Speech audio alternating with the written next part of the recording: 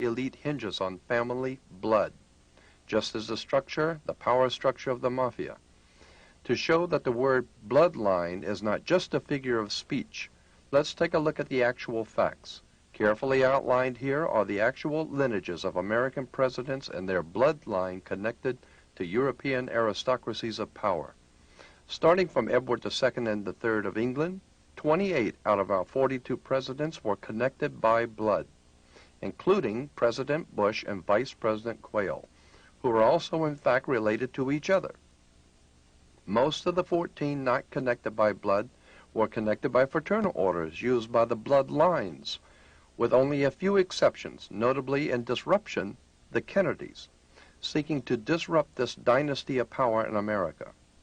Owing to their vast financial backing and personal intellectual charisma and much behind-the-scenes political maneuvering by his father, Joe Kennedy, John Fitzgerald Kennedy was inserted into the presidency. The idea being to disrupt the status quo by establishing a Kennedy Roman Catholic dynasty, and thereby serving notice on the Freemasonic powers of this world of their unwillingness to cooperate and play by the unwritten rules. Justifiably feeling threatened, the established bloodlines of power in America removed the Kennedy threat. Official police records show that the John Kennedy assassination was closely preceded by and followed by as many as 100 assassinations, all of which were closely connected with the Kennedy family's rise to power. In our discussion of secret societies, Freemasonry, and occult orders in general, we want to talk about one that might be familiar to you, or perhaps you've heard about. It's called the Illuminati. We don't intend to spend a whole lot of time on the Illuminati, but just enough to familiarize yourself if you've never heard of the organization. It was founded in 1776 in the south of Germany by a man named Adam Weishaupt. He formulated his plans in relation to the House of Rothschild in England, Germany, France, Italy. The Rothschild banking dynasty behind the governments of Europe hired Adam Weishaupt to formulate a plan for the world at that time to accomplish certain goals for those in power. That plan came to be known as the Illuminati plan. Now, you can find most of this material in any library, any encyclopedia, under the word Illuminati, which comes from, obviously, the word illumine, to be enlightened, to be in the light. But there's a very important book that I'd like to bring to your attention called Fire in the Minds of Men. It's on the origins of the revolutionary faith. Fire in the Minds of Men, written by James Billington, is a profoundly important book in understanding the revolutionary and radical movements of the world today and how they got here and who finances them and what they're really all about. I'd like to read to you a couple of paragraphs of importance, I think, in dealing with the occult origins of the organizational arrangements, how the occult organizations throughout the world, secret societies, are organized. In it, on page 87, he says, "The story of the secret societies can never be fully reconstructed, and it has been badly neglected, even avoided, one suspects, because of the evidence that is available repeatedly leads us into territory equally uncongenial to modern historians in the East and the West. In what follows, I shall attempt to show that the modern revolutionary tradition as it came to be internationalized under Napoleon, the Restoration, grew out of occult Freemasonry, that the early organizational ideas originated more from Pythagorean mysticism than from practical experience, and that the real innovators were not so much the political activists as literary intellectuals. on whom German Romantic thought in general and the Bavarian Illuminati in particular exerted great influence. Here he was talking about the organization of the Bavarian Illuminati.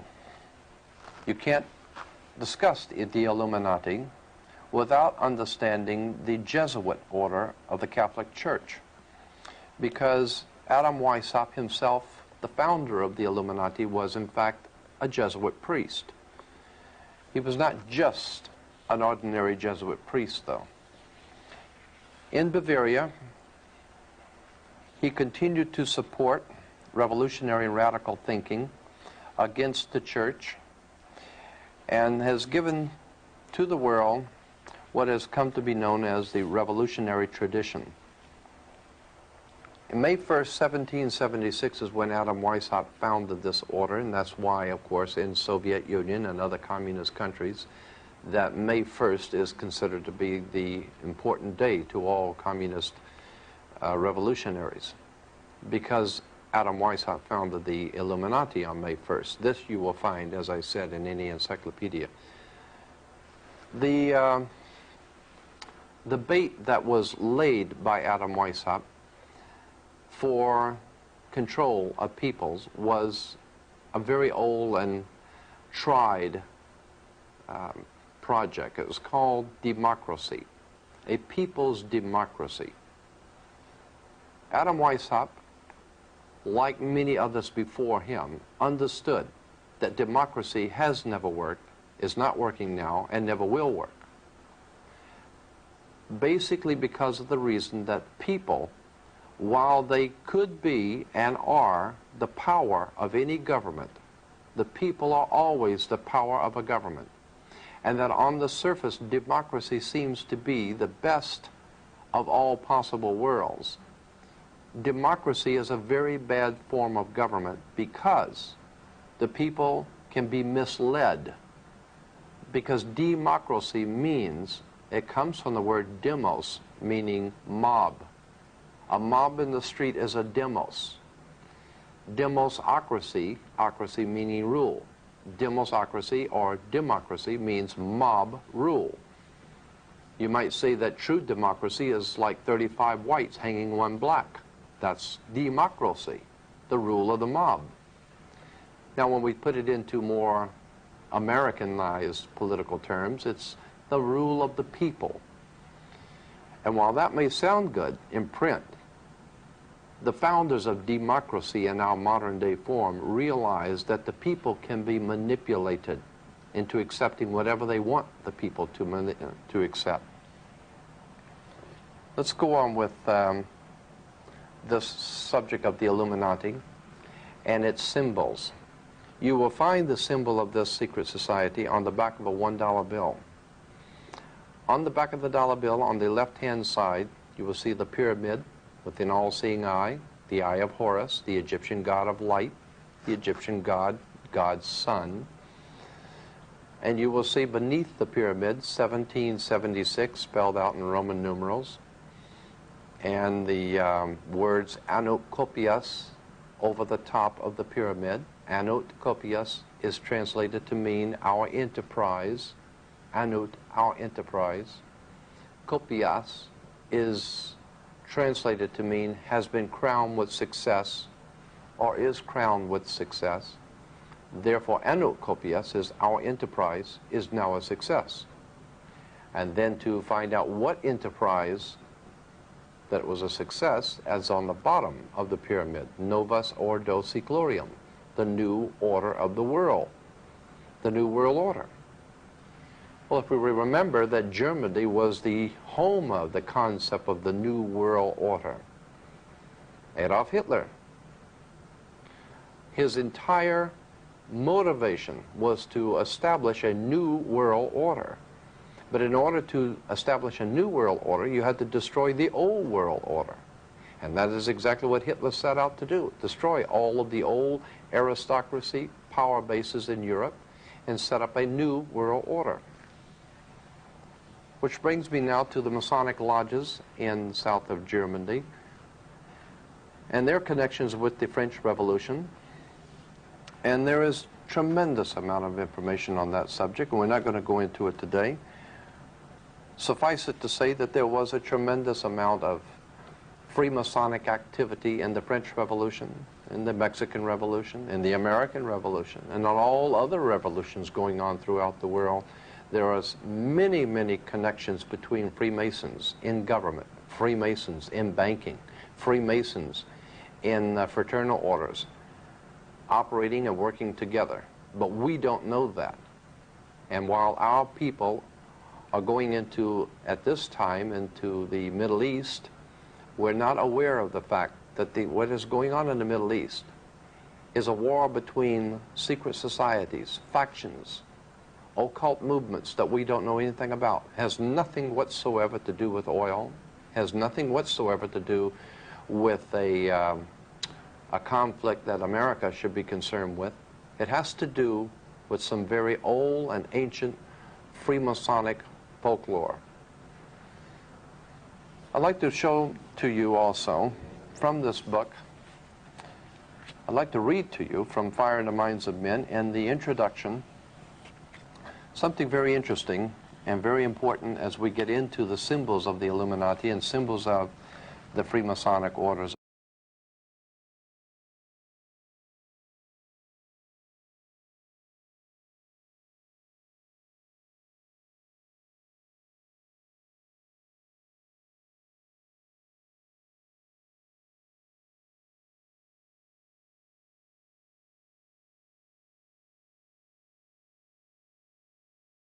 Very big.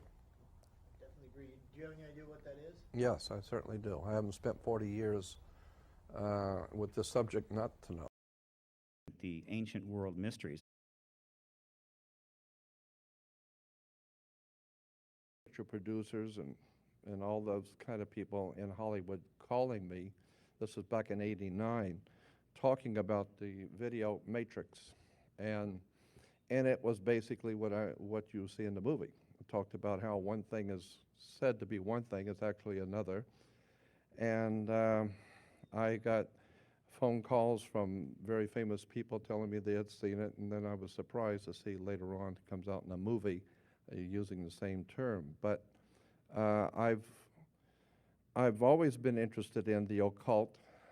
Occult is simply a word meaning hidden, and so much of our powers in this world and the way things work are hidden, and power. And I got all kinds of movie stars and to place that weight. So now what you're doing is you are standing under the subject. And this is where we get the word understanding. You need to go to the basis, the fundamental foundation on which things sit in order to understand. And I have discovered many years ago that words and magical systems dominate the world that we live in. There is, in point of fact, a magical matrix at work. I discovered this a long time ago, and as Stephen brought out, I did a video called Matrix of Power, and I got all kinds of movie stars and motion picture producers and all those kind of people in Hollywood calling me, this was back in '89, talking about the video Matrix, and it was basically what you see in the movie. It talked about how one thing is said to be one thing, it's actually another, and I got phone calls from very famous people telling me they had seen it, and then I was surprised to see later on it comes out in a movie using the same term. But I've always been interested in the occult. Occult is simply a word meaning hidden, and so much of our powers in this world and the way things work are hidden. And the more one looks at this subject of how the world actually works, you begin to see that there's a magical system, and I'm telling you, there really is a magical system dominating the world of the Western civilization. And for 1,000 years before the Roman Empire existed in Northern Europe, basically Western Europe, There was a magical priesthood called the Druids, and the Druids still even exist to this day. And it was a very legitimate political, social, educational, religious institution dominating Europe for thousands of years. And they were referred to as the Druids. They were actually from the Phoenician Canaanite system in the Middle East. The Phoenician Canaanites formed the basis for the ancient Druidic system, and that's even older. But in the ancient Druidic system, there were many powerful symbols and emblems. One of the most interesting symbols in Druidism was a magic wand, like Merlin, a magician with his magic wand. Magic wands were always made out of the wood of a holly tree. It was made out of hollywood. And we're still seeing the magic of the wood of the holly tree. Hollywood, motion pictures, television. And once you begin to see the symbols and realize that the symbols for the national coats of arms for countries, the flags, the seals, the presidential seals, the emblems for the logos and emblems on corporations, especially the corporate emblems for motion pictures and television companies like Columbia Broadcasting System. CBS has the eye. The Columbian system goes back to the Columbian faction of the Illuminati back in the early 1700s, not the late 1700s. And you begin to see why space shuttle is called Columbia. You have Columbia University, Columbia Pictures, Columbia Broadcasting. Columbia is a very interesting word, and it's connected to the Jesuits. Incidentally, the Jesuits are very pronouncedly involved in the destiny of this country. The Jesuit order is very much involved in the founding of this country and the direction of its politics. Georgetown University, from which many of the presidents and big shots in government get their education, is a Jesuit university. And once you begin to see how words and terms and symbols are used, and of course symbols are extraordinarily important in world affairs. If you don't think so, you know, if you don't understand the concept of how important symbols are, put a swastika on your arm and go to your local synagogue and watch the reaction you'll get. Symbols mean things to people. And the powers that be in this world have set up a world of symbols and emblems and terms and catchphrases. And once you understand how this system works, it's fascinating, because for the first time, the world opens up to you a whole new perspective on how government works, on how banks work, on how institutions and education, and why we have something called the police. Where does the word sheriff come from? Why do you have government? Once you begin to see how these words are used and put together, all of a sudden it opens up, as I said, a whole new perspective on how stuff is happening. Because in the world today, most people look at the things which are happening in this world and they can't make heads or tails out of it. It doesn't make any sense at all. It's destructive, it's lunacy, it's chaos. But in point of fact, the things which are happening in this world are not chaos at all. It is very well planned, organized, and directed. There is a hidden agenda, so to speak. And it's been my desire to uncover this hidden agenda that uses terms and emblems and symbols. Let me give you an example of how words, my friend William Henry says you put an S in front of the word word and it becomes swords. The words are swords. They are cutting things. Humans are word responsive creatures. We respond to people's words. When you begin to see how words are used, let me give you an example of the magic. Why do you have to go to court You go to court because you play basketball on a court. You play tennis on a court. How do you play tennis on a court? You play with a racket. Why? Because the people that develop it know it's a racket. That's where we get the term. Consequently, you need to understand that the words which are used by government and by education and by the systems under which we live are not by chance. In a court, the whole idea in a court is to put the ball back in the other guy's court. So this team of attorneys, they stand up and throw the ball back at the other team.